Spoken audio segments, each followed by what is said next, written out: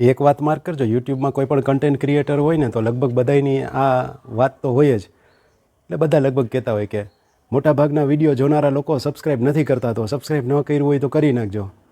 આ અડધી જ વાત છે. પૂરી વાત તો એમ હોય, આ વાત તો હોય જ ને. આના સિવાય બીજી એ વાત હોય કે ઘણા બધા સબસ્ક્રાઈબ કરેલા લોકો છે એ પણ વિડીયો જોતા નથી.